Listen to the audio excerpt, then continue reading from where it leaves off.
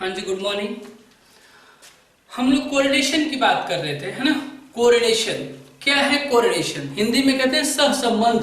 क्या कहते हैं? सहसंबंध। सहसंबंध का मतलब कि एक की वैल्यू या एक की डिमांड या एक की सप्लाई या एक किसी यूनिट पर चेंज होने पर दूसरे पे क्या फर्क पड़ता है, या दूसरे किसी पे चेंज होने पर इस पे क्या फर्क पड़ता है। मान लीजिए x है जिसकी वैल्यू वेरिएबल है, ये y है जिसकी वैल्यू वेरिएबल है। x की चेंज होने पर y पे फर्क पड़ता है, y पे चेंज होने पर x पे फर्क पड़ता है। ये क्या है? x की वैल्यू चेंज होने पर y पे चेंज जाते हैं, y की वैल्यू चेंज होने पर x की में चेंज जाते हैं। ये जो हम एनालिसिस करते हैं वो कोरिलेशन के थ्रू करते हैं। समझे नहीं? समझे नहीं? अगर x मार खा रहा है तो दर्द x को होना चाहिए, लेकिन x मार खा रहा है तो y पे क्या फर्क पड़ेगा। तो ये दोनों कोरिलेट करते हैं, दूसरे से रिलेट करते हैं, है ना। हाँ, अगर आपका छोटा भाई मार खा रहा हो, कोई दोस्त मार रहा हो उसको, तो आप क्या करेंगे? दर्द आपको भी होगा, आप मारने जाएंगे। ये दूसरा कोई अगर थर्ड पर्सन जिसे अननोन है आपको मार खा रहा है तो क्या आप क्या करेंगे? देख लेते हैं ये बड़ा बदमाश है, सब मार कर रहे हैं। लेकिन अपना हो तो दौड़ जाएंगे। तो उसके मार खाने से आपको फर्क पड़ रहा है क्योंकि आप उसे रिलेट कर रहे हैं, है ना, कोरिलेट कर रहे हैं। यही बात यहाँ है, x की वैल्यू चेंज होने पर y पे चेंजेज जाएंगे, y पे फर्क पड़ेगा, y की वैल्यू चेंजेज होने पर या y में चेंजेज आने पर x पे चेंजेज आएगा। तो x की चेंज होने पर y में चेंजेज, y में चेंज होने पर x में चेंजेज। ये जो वैल्यू, ये जो चेंजेज आते हैं, इसी स्टडी को हम कोरिलेशन एनालिसिस या कोरिलेशन स्टडी कहते हैं। तो कोरिलेशन बड़ा इंपॉर्टेंस रोल प्ले करता है इकोनॉमिक्स और स्टैटिस्टिक्स में। बात करते हैं कोरिलेशन में। एक आता है डिमांड और प्राइस। आप पढ़े होंगे, जानते हैं, इकोनॉमिक्स में क्लास 11th में भी है और आपका बीकॉम फर्स्ट ईयर में भी है। तो डिमांड एंड प्राइस की बात अगर हम करें, मान लीजिए मई का महीना चल रहा है, अभी आम मार्केट में शुरू आना शुरू हुआ है, तो 100 रुपीज़ के.जी. कल मिल रहा था, मोहल्ले में बेच रहा था, 100 रुपीज़ के.जी. चिल्ला रहा था। ये बताइए 100 रुपीज़ के.जी. था तो कितने घरों में आम आया? कितने घरों में आम आया? मुश्किल से 10 घर में एक घर या 20 घर में एक घर पे आम खरीदा गया, ठीक है। और वो भी क्या खरीदा गया? आधा किलो, पाव भर, 1 किलो, ऐसे कुछ खरीदा गया। लेकिन जैसे आम की प्राइस मार्केट में गिरेगी, आम की प्राइस 20 रुपये या सीजन ऑन हो जाएगा 25 रुपये हो जाएगी, तो घर घर पे आम आने लगेगा। लेकिन एक ऐसा समय आएगा जब आम की रेट एकदम डाउन हो जाएगी, 10 से 15 रुपये किलो होगी, तो उस समय और ज़्यादा घरों में डिमांड उसकी, और ज़्यादा उसकी डिमांड बढ़ जाएगी। तो होता क्या है, जब किसी गुड्स की प्राइस घटती है तो डिमांड बढ़ जाती है। अब दो चीज़ें, एक हो गया प्राइस और एक हो गया डिमांड। तो प्राइस क्या है? प्राइस, आम की प्राइस, तो आम की प्राइस चेंज हो रहा है, लेकिन फर्क किस पे पड़ रहा है? उसके डिमांड पर। आम की प्राइस को x मानिए और डिमांड को क्या मानिए? y। तो फर्क क्या पड़ा? x पर, और बदल कौन गया? y।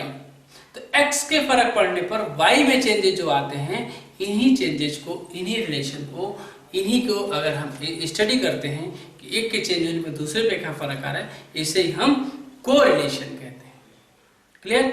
तो ये हो गया कि x की वैल्यू पे फर्क आ रहा है, x की प्राइस पे फर्क आ रहा है, तो y में हो गया। या अगर मैं ये बोल दूं कि y की डिमांड कम हो रही है, तो y की डिमांड कम हो रही है तो मतलब क्या है? y की डिमांड कम हो रही है तो मतलब जनरल मतलब यही होता है, सारी बातें सामान्य हो तभी ये रूल अप्लाई होता है। जनरल मतलब यही होता है कि y की डिमांड अगर कम हो रही है तो मतलब उसका रेट बढ़ गया होगा, y की डिमांड ज़्यादा हो रही है यानी उसकी रेट घट गई होगी। तो ये रिलेशन होता है। लेकिन इस रिलेशन को हम इतने आसानी से नहीं, हम मिक्सअप करके उसको बहुत सारी चीज़ों को मिला के पढ़ते हैं, ठीक है। तो बोर्ड पे लिखे हैं, हम आपको समझा दें फिर आगे बढ़ते हैं। लिखा है if a change in one variable, अगर एक वेरिएबल में कोई चेंजेज आता है ना, तो चेंज इन अदर वेरिएबल, तो दूसरे वेरिएबल में अगर चेंज हो जाता है, वाइस वर्सा, मतलब एक x के चेंज होने पर y में चेंजेज या y में चेंज होने पर x में चेंजेस होता है, तो इसे ही हम क्या कहते हैं? कोरिलेशन कहते हैं।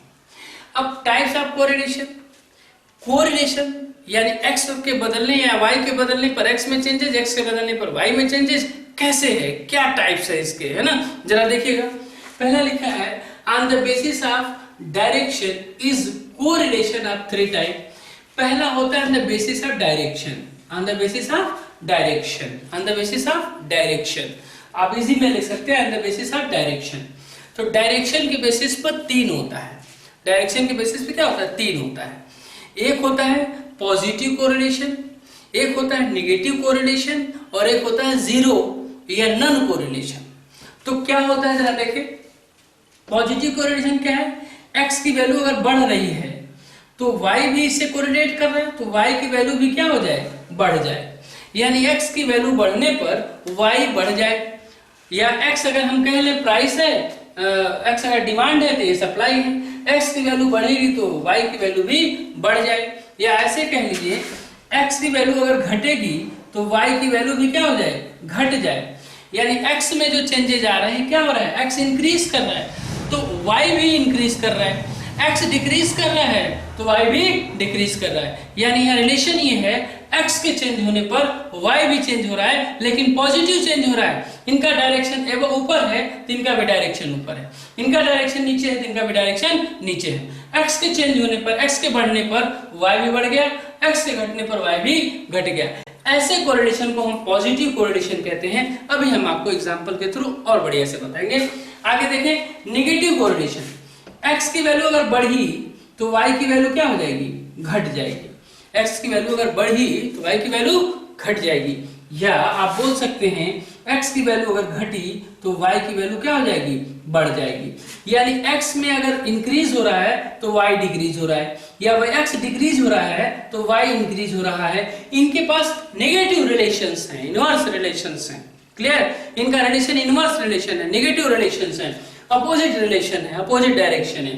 तो ये हो गया पॉजिटिव और ये हो गया नेगेटिव। पॉजिटिव क्या है, x बढ़ने पर y बढ़ेगी, x घटने पर y घटेगी।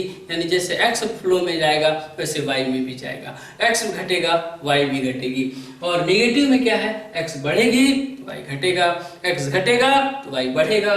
क्लियर। जीरो कोरिलेशन क्या है, x के बढ़ने पर या x के घटने पर y में कोई चेंजेस ना आए तो इसे जीरो कोरिलेशन या नन कोरिलेशन कहते हैं। ठीक है ना, x बढ़ा y पे कोई फर्क नहीं पड़ता, y बढ़ी x घटी y पे कोई फर्क नहीं पड़ता। तो ऐसे रिलेशन को हम जीरो कोरिलेशन या नन कोरिलेशन कहते हैं। आगे आते हैं, on the basis of ratio change in, on the basis of ratio, on the basis of ratio. तो एक होता है लीनियर कोरिलेशन और एक होता है नॉन लीनियर कोरिलेशन। ठीक है, तो ऑन द बेसिस ऑफ, ये क्या था डायरेक्शन और ये क्या था on the basis of ratio. तो on the basis of ratio में क्या है, एक है लीनियर कोरिलेशन और एक है नॉन लीनियर कोरिलेशन। ये लीनियर कोरिलेशन क्या है और ये नॉन लीनियर कोरिलेशन क्या है। लीनियर कोरिलेशन का मतलब है x अगर बढ़ रहा है 2, 4, 6, 8 तो y में चेंज जा रहा है 5, 10, 15, 20। यानी क्या हो गया, x की जो अंतराल है बढ़ने की वो इक्वल है, 2, 4, 6, 8, 2, 2 का गैप है। जबकि 5 से 10, 10 से 15, 15 से 20 ये भी इंक्रीज कर रहा है तो कितने का गैप है, 5, 5, 5, 5, 5, 5 का गैप है। यानी ये जो है सेम प्रोपोर्शन में, सेम अनुपात में, सेम प्रोपोर्शन में बढ़ते हैं, तो इसे हम कहते हैं linear correlation. Non linear correlation क्या है, ये हो गया 2, ये 3, ये 5, ये 7, कोई इसमें रिलेशंस नहीं है, कोई गैप इक्वल नहीं है। 1 का गैप है, 2 का गैप है और यहाँ कितना, यहाँ मान लेते हैं 9 लिख देते हैं तो 4 का गैप है। क्लियर, गैप में कोई वो नहीं कि बराबर का गैप हो। ठीक है, y में भी यही फर्क पड़ता है, तो इसे कहते हैं नॉन लीनियर कोरिलेशन। यानी इक्वल प्रोपोर्शन में ये नहीं बढ़ता है, इक्वल प्रोपोर्शन में ये नहीं बढ़ता है। अब आते हैं on the basis of variable. अब यहाँ आते हैं on the basis of variable.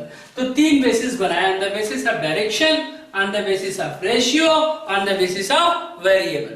तो on the basis of variable में आइए, एक होता है सिंपल कोरिलेशन, मल्टीपल कोरिलेशन और पार्शियल कोरिलेशन। अब हम आपको बता दें, ये अगर हम बीकॉम में लिखेंगे तो 20 मार्क्स की थ्योरी आएगी। तो थ्योरी में अगर 20 मार्क्स से उसका मीनिंग बता देते हैं तो सबको बताएंगे। ये आपके पास हेडिंग कितने बन गए, 3 to 5, 3, 8 हेडिंग्स ये बन गई आपकी। और 8 हेडिंग के बीच में इसके सबके एग्जाम्पल, सबके वो, तो आराम से आप 4-5 पेज लिख सकते हैं। ठीक है, 11th क्लास में भी ये आता है। ठीक है, 11th क्लास में भी आता है, वहां भी कर सकते हैं। तो न्यूमेरिकल भी पोर्शन आता है, तो इसके हम न्यूमेरिकल और थ्योरी दोनों डिस्कस करेंगे। तो आपका ये हो गया कोरिलेशंस की पहली पोर्शन, थ्योरी हो गई। अभी इस थ्योरी में और भी बातें हम डिस्कस कर रहे हैं, ये कॉपी करें, हम इरेज करें ताकि इसका एग्जांपल वगैरह देके आपको समझाएं।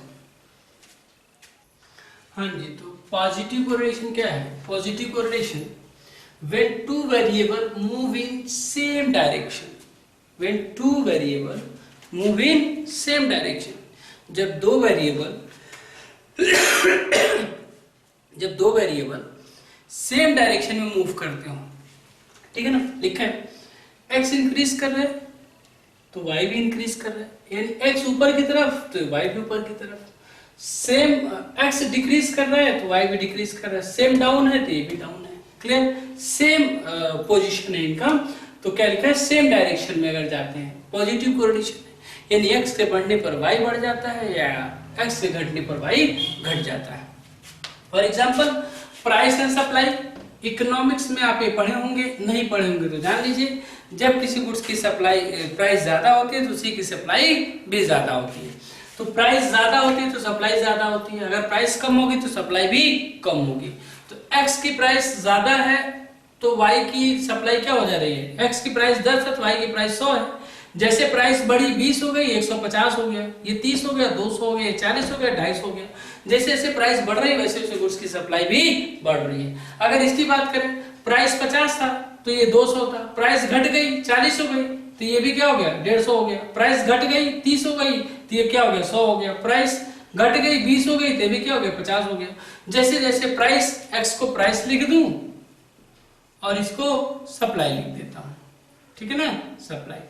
तो ये हो गया आपका कि x बढ़ रहा है तो y भी बढ़ रही है, x घट रहा है तो y भी घट रहा है। ये जो है आपका वो पॉजिटिव कोरिलेशन है। ठीक है, आगे बढ़ते हैं नेगेटिव कोरिलेशन में। When two variable change in different direction, जब दो वेरिएबल डिफरेंट डायरेक्शन में चेंज हो जाते हैं तो उसे हम नेगेटिव कोरिलेशन कहते हैं। जब दो वेरिएबल डिफरेंट डायरेक्शन में चेंज होते हैं तो उसे हम नेगेटिव कोरिलेशन कहते हैं। x की वैल्यू इंक्रीज हो गई तो y की वैल्यू डिक्रीज हो गई, x इंक्रीज तो y decrease, but x decrease तो y इंक्रीज। अपोजिट डायरेक्शन है इनका, ये ऊपर की तरफ है तो नीचे की तरफ है, नीचे की तरफ तो ये ऊपर की तरफ। आगे आइए, for example price and demand. अभी भी मैंने बताया था आपको, जब किसी गुड्स की प्राइस बढ़ती है तो उसकी डिमांड क्या हो जाती है? घट जाती है। जब कोई चीज महंगा होगा तो हम कम खरीदेंगे, सस्ता होगा ज्यादा खरीदेंगे। तो यहाँ हो गया x की प्राइस 1 थी तो इसकी डिमांड 5 थी, जैसे इसकी प्राइस 2 हो गई इसकी डिमांड फिर क्या हो गई? धड़ से गिर गई, 4 हो गई। इसकी प्राइस 4 हो गई, प्राइस बढ़ रही है तो डिमांड कम हो रही है ना। ये लिख सकते हैं आप प्राइस और ये लिख सकते हैं डिमांड। ठीक है, जब कोई गुड्स महंगी होती है तो कम मांगी जाती है, और जब कोई गुड्स सस्ती होती है ज्यादा खरीदा जाता है। क्लियर? ये सारी चीजें नॉर्मल हो तब की बात होती है। ठीक है, हाँ आगे non correlation, when change in one variable but not change in other variable. एक वेरिएबल के चेंज होने पर दूसरे वेरिएबल में चेंजेस नहीं आता है, उसे नॉन कोरिलेशन या जीरो कोरिलेशन कहते हैं। नॉन कोरिलेशन या जीरो कोरिलेशन कहते हैं। x की वैल्यू बढ़ गई बट y पे कोई चेंज नहीं हुआ, x घट गया y पे कोई चेंज नहीं हो रहा है, या लिख सकते हैं y बढ़ गया x पे कोई चेंज नहीं है, y घट गया और x पे कोई चेंज नहीं है। तो इसे हम कहते हैं एक के चेंज हो रहा है लेकिन दूसरे पे कोई फर्क नहीं पड़ रहा है। For example brain and shoe size, है ना, क्या अगर हमारा दिमाग बढ़ता है तो हमारे जूते की साइज बढ़ेगी? अरे सर, दिमाग से और जूते की कहीं कोई रिलेशन ही नहीं है जी। जब एक की वैल्यू एक बढ़ता है या एक घटता है दूसरे में कोई चेंज नहीं आती है, इसे ही हम जीरो कोरिलेशन या नॉन कोरिलेशन कहते हैं। ठीक है, हमारे दिमाग के बढ़ने से हमारे जूते की साइज का कोई फर्क नहीं होता। ठीक है, हमारा दिमाग बढ़ा तो हमारा जूता बढ़ेगा, ऐसा कुछ नहीं है। ठीक है, साइज, शरीर बढ़ती है जूता का साइज बढ़ेगा, लंबाई बढ़ेगी जूते की साइज बढ़ेगी, ये रिलेशन है। बट हमारा दिमाग बढ़ेगा तो हमारे जूते की साइज बढ़ेगी, ये रिलेशन नहीं। ठीक है, आप कॉपी करें। अब हम लीनियर कोरिलेशन की बात करें। लिखा है when two variable change in constant proportion it is called linear correlation. यानी जब दोनों सेम वे में बढ़ रहे हो, सेम प्रोपोर्शन में बढ़ रहे हो, तो इसे हम लीनियर कोरिलेशन कहते हैं। जैसे देखें 1 2 4 6 8 10 2 4 6 8 10, बी जो है 5 10 15 20 25, ए के बीच में जो गैप है वो कांस्टेंट है 2 का, तो बी के बीच में गैप जो है कांस्टेंट है 5 का। तो दोनों का गैप कांस्टेंट है, इसका 2 2 का गैप है तो इसका 5 5 का गैप है। तो ये जो है वो लीनियर कोरिलेशन है, दोनों का जो है सेम प्रोपोर्शन में, मतलब के लिखा है चेंज इन कांस्टेंट प्रोपोर्शन, दोनों का कांस्टेंट प्रोपोर्शन है। 2 का अंतर तो इसमें 5 का अंतर, ठीक है, दोनों में 2 2 का अंतर इसमें है तो इसमें 5 5 का अंतर है। आगे बढ़ता हूं। Non linear correlation, non linear correlation में when the two variable do not change in constant proportion, इसमें डू नॉट चेंज है ना, do not change in any constant proportion, ये किसी कांस्टेंट प्रोपोर्शन में चेंज नहीं होता है। जैसे इसमें देखिए कांस्टेंट प्रोपोर्शन है लेकिन यहाँ कांस्टेंट नहीं है। 2 के बाद ये क्या है 3 है, 3 के बाद 7, तो गैप कितने का है 4 का, बट 7 के बाद 12 5 का, और 12 के बाद 18 किसका 6 का, और 18 के बाद 25 कितना हो जा रहा है 7 का, ठीक है ना। तो गैप जो है इसका कांस्टेंट नहीं है, तो गैप कांस्टेंट ना होने की वजह से क्या हो जाएगा नॉन लीनियर कोरिलेशन। ओके, आप इसे कॉपी करें। मैं अगला बात करूंगा कौन सा, सिंपल कोरिलेशन और मल्टीपल कोरिलेशन की, ठीक है, कॉपी करें इसे। कोरिलेशन में अब आगे बढ़ रहे हैं हम, सिंपल कोरिलेशन और मल्टीपल कोरिलेशन। तो सिंपल कोरिलेशन क्या है, जब 2 वेरिएबल्स के बीच में जब बात करते हैं तो सिंपल कोरिलेशन, और जब 3 या 3 से अधिक वेरिएबल के बीच में बात करते हैं तो मल्टीपल कोरिलेशन। लिखा हुआ है simple correlation implies the study of relationship between 2 variables, कितने वेरिएबल्स 2 वेरिएबल्स ओनली। जब 2 वेरिएबल्स के बीच में हम बात करते हैं तब ये होता है आपका सिंपल कोरिलेशंस। लिखा है like the relationship between price and demand, ये भी एक तरह का सिंपल कोरिलेशन है। सर कह रहे हैं आप प्राइस एंड डिमांड आप पढ़ाए थे सर निगेटिव कोरिलेशन में, तो यहाँ क्यों बता रहे हैं निगेटिव कोरिलेशन के साथ साथ ये सिंपल कोरिलेशन है क्योंकि 2 वेरिएबल के बीच में डिस्कस हो रहा है। क्लियर।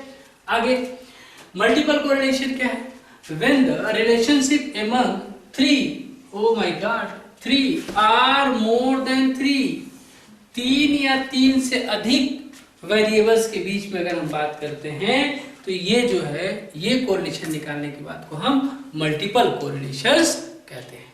क्लियर। यानी आपके पास जितने भी 8 तरह का मैंने बताया सबको डिस्कस कर दिया, कहीं कोई प्रॉब्लम है तो आप हमसे पूछ सकते हैं। क्लियर है। तो ये हो गया आपका, कॉपी करें हम आगे बढ़े।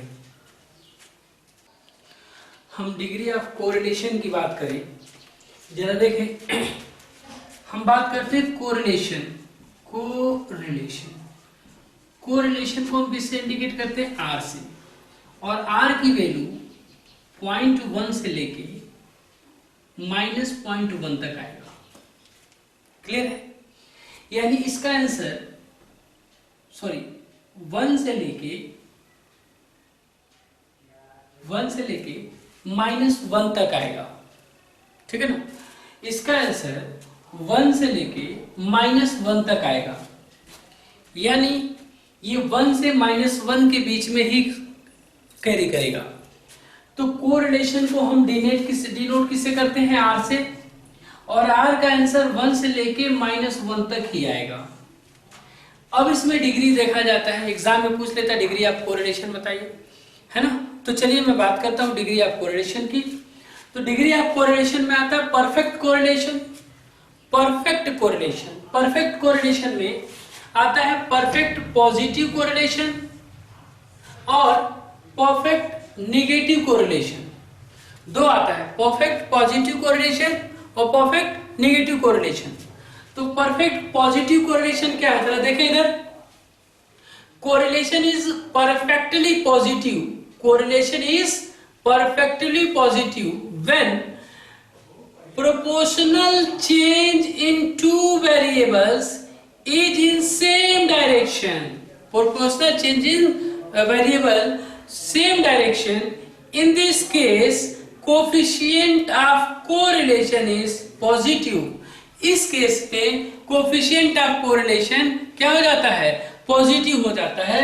अगर +1 आता है तो इसको हम कहते हैं परफेक्ट पॉजिटिव कोरिलेशन।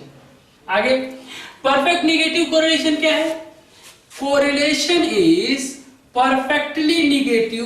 कब कोरिलेशन परफेक्टली निगेटिव आता है? When proportional change in two variable is in the opposite, same direction नहीं है क्या? Opposite direction. In this case coefficient of correlation is negative और परफेक्ट निगेटिव कोरिलेशन को हम -1 से दिखाते हैं, परफेक्ट पॉजिटिव कोरिलेशन को +1 से दिखाते हैं। आगे लिखा absence of correlation. Absence of correlation का मतलब हो गया कि इसके बीच में कोरिलेशंस है ही नहीं, तो इसे हम अब्सेंस ऑफ कोरिलेशंस कहते हैं। क्या है absence of correlation?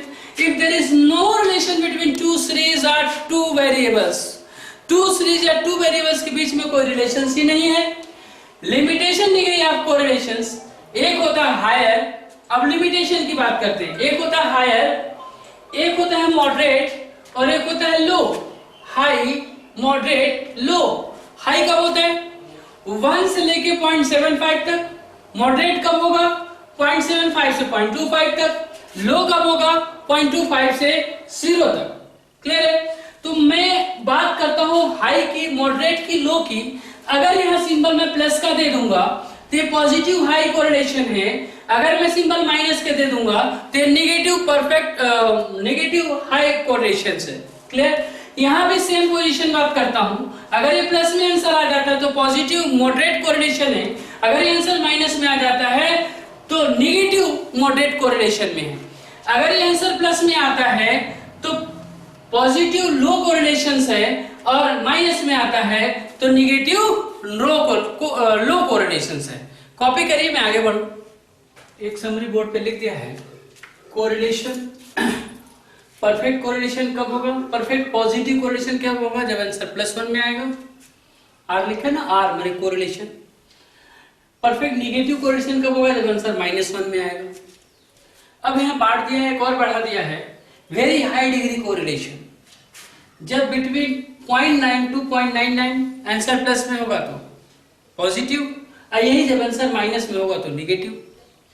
High degree correlation 0.75 से लेके 0.9 तक, लेकिन यही प्लस में होगा तो पॉजिटिव और यही माइनस में होगा तो नेगेटिव।